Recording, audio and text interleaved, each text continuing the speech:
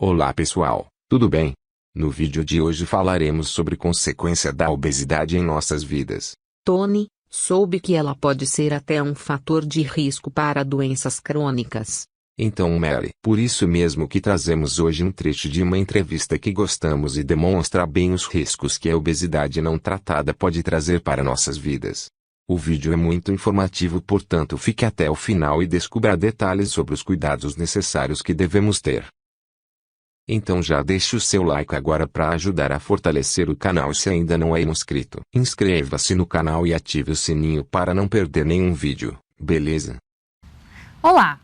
A obesidade é um dos problemas mais sérios que a saúde pública enfrenta hoje, não só aqui no Brasil, mas também em outros países. Por que as pessoas estão engordando tanto? Por que a dificuldade para perder peso?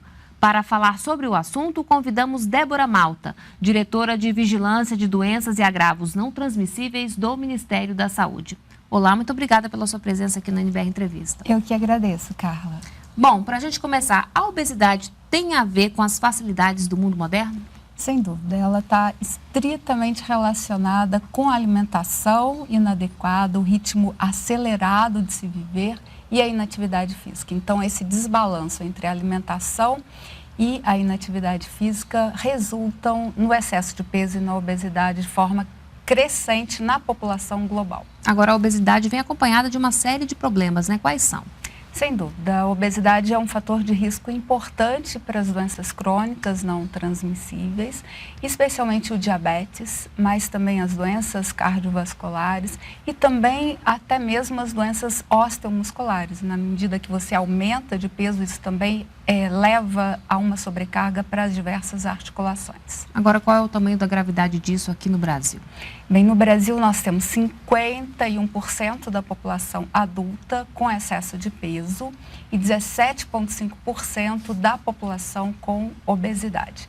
Também temos outras pesquisas que mostram que o problema acomete também crianças e também adolescentes. Então, está generalizada na população brasileira como um todo. Então, é um perigo para o futuro, né? Se as crianças já estiverem, enfim, fazendo parte dessa estatística, né? Sem dúvida, isso pode, então, se transformar num problema ainda maior, como é hoje, por exemplo, nos Estados Unidos, onde nós temos 70% da população com excesso de peso e 30% da população com obesidade. Então, por isso, nós temos que estabelecer uma série de compromissos para tentar, pelo menos, parar esse crescimento. Bom, quem é que engorda com mais facilidade e quem tem mais dificuldade para perder peso? Existe essa diferença entre homem e mulher? Nas pesquisas, nós verificamos que o excesso de peso hoje acomete mais os homens, 58%, as mulheres, 47%.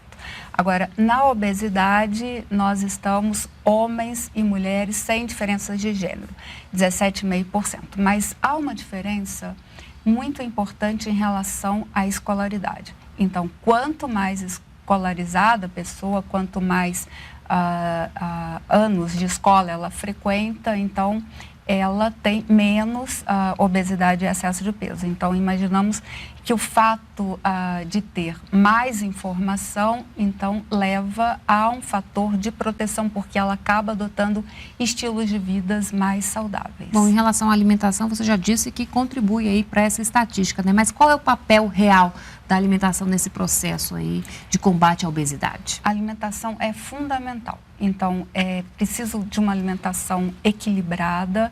Então, o componente de frutas, verduras e legumes sempre associado à alimentação diária. No Brasil, nós temos um fator protetor que é muito interessante, que é a dupla, o arroz com feijão. O feijão, ele compõe com fibras na alimentação e também aumenta o grau de saciedade.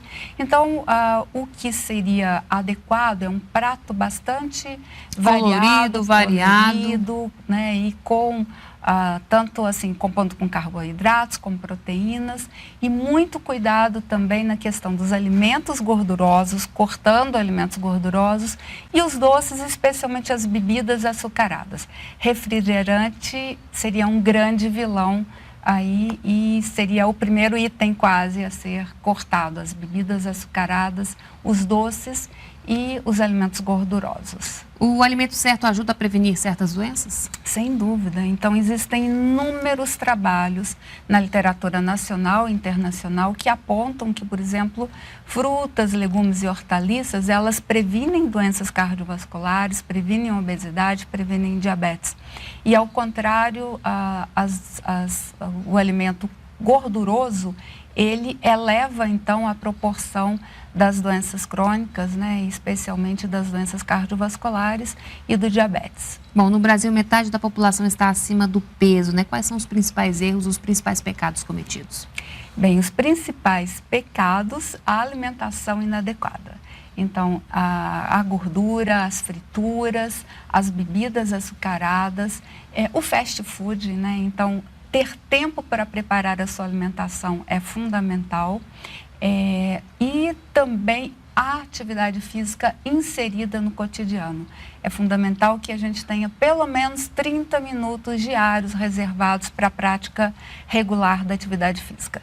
E um conselho seria trocar os alimentos, ou principalmente as bebidas açucaradas, por água, né? Então, a água, ela deve ser ingerida em grandes quantidades, e se você faz o mesmo com as bebidas açucaradas e com os refrigerantes, a quantidade de carboidrato ingerida será muito elevada. Bom, você falou em tempo para preparar a própria alimentação, mas nem sempre isso é possível por causa da correria do dia a dia. Como buscar o equilíbrio? Então, isso, sem dúvida, é um grande desafio.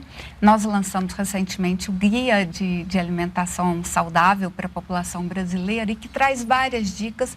Ele pode ser conferido no site do Ministério da Saúde. Então, o ideal é que se realmente equilibre, que isso seja uma prioridade. Nos finais de semana, que também se separe um tempo para preparar os alimentos, que isso pode servir também de um momento de convívio, um momento onde as pessoas sentam à mesa, a família. Existe, além da alimentação ser muito mais saudável, quando preparada na família, quando preparada no lar, o próprio fato de você sentar e conversar com seus familiares. Também essa é uma prática de grande proteção, não só para a obesidade, mas também em relação aos adolescentes e às crianças. Protege, inclusive, de outros hábitos, como, por exemplo, o uso do álcool e o uso do tabaco. Então, sentar em família e fazer as refeições em família é um hábito extremamente saudável e muito recomendado. Bom, como é que são os números da obesidade aqui no Brasil? A gente já disse que a maioria da população está acima do peso, mas o que a gente observou nos últimos anos há uma tendência de crescimento, mas de 2012 para 2013 houve uma estagnação. Enfim, o que a gente pode afirmar diante disso? Ou ainda é cedo para afirmar alguma coisa? Nós tivemos um crescimento contínuo desde a primeira edição da pesquisa do Vigitel, em 2006. Passamos, então, em excesso de peso de 42% para 51%, e obesidade de 11% para 17%.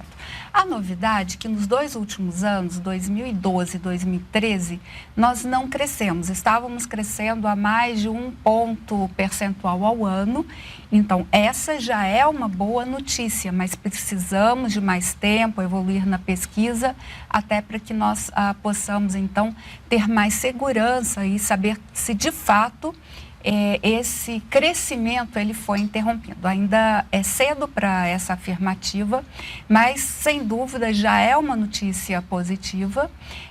E isso vai também de encontro a metas e compromissos que o Ministério da Saúde firmou no plano de enfrentamento das doenças crônicas e também no plano global junto à OMS, que a grande meta é deter o crescimento da obesidade.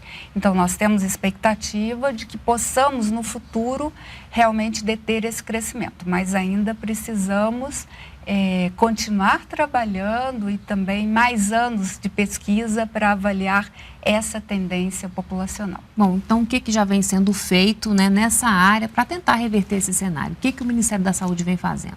Bem, são diversas iniciativas. Isso começa, inclusive, na infância. Então, o aleitamento materno é extremamente incentivado nas nossas unidades básicas de saúde. Na escola, nós temos uma parceria com MEC em relação à alimentação saudável, o programa de aquisição alimentar, inclusive uma recomendação que a merenda escolar 30% seja destinado a alimentos frescos e também já um incentivo e um aumento da prática da atividade física na escola. Nós recentemente lançamos o Guia de Alimentação Saudável para a população brasileira. Temos também iniciativas junto à indústria na redução do teor do sal dos alimentos e o Ministério da Saúde também criou o programa Academia da Saúde. Esse programa, ele é uma parceria com secretarias municipais de saúde, que prevê, então, a construção de equipamentos para a promoção da saúde, o incentivo a hábitos e estilos de vida saudáveis e, especialmente, a prática da atividade física. Então, existem profissionais que estão orientando a população a praticar e a incorporar a atividade física de forma regular no seu cotidiano. Quando a gente fala de aleitamento materno, né, qual é o tempo mínimo, né, para amamentação exclusiva, enfim, para não introdução de outros alimentos para a criança? O Ministério da Saúde recomenda o aleitamento até 2 anos, agora aleitamento materno exclusivo até os 6 meses. E depois é fundamental que sejam introduzidos alimentos saudáveis. Então, o gosto pelos alimentos, ele começa na infância. Então, é importante que a família introduza na papinha os legumes, um de cada vez, para a criança se acostumar com esse sabor, e também as frutas, os sucos, e aí alternando para que a criança tenha acesso a uma grande variedade de gostos diferentes e possa assimilar e, ao longo da vida, criar, então, esta identidade com os alimentos. Então, o gosto por alimentos saudáveis também é aprendido e a família é fundamental nesse processo de introdução dos novos alimentos na infância. Bom, em relação ao Sistema Único de Saúde, né, de que forma que ele atua nessa questão da obesidade? Que tipo de apoio oferece à população?